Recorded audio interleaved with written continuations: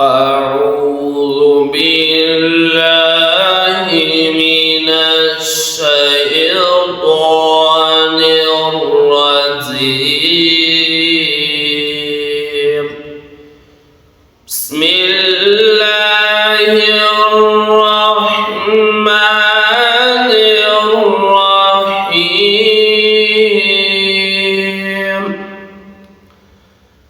لإيلاف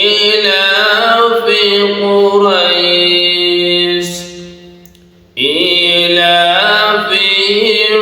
رحلة الشتاء والصيف فليعبدوا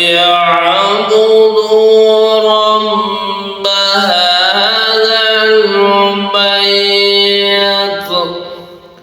الذي أطعمهم من جوع وآمنهم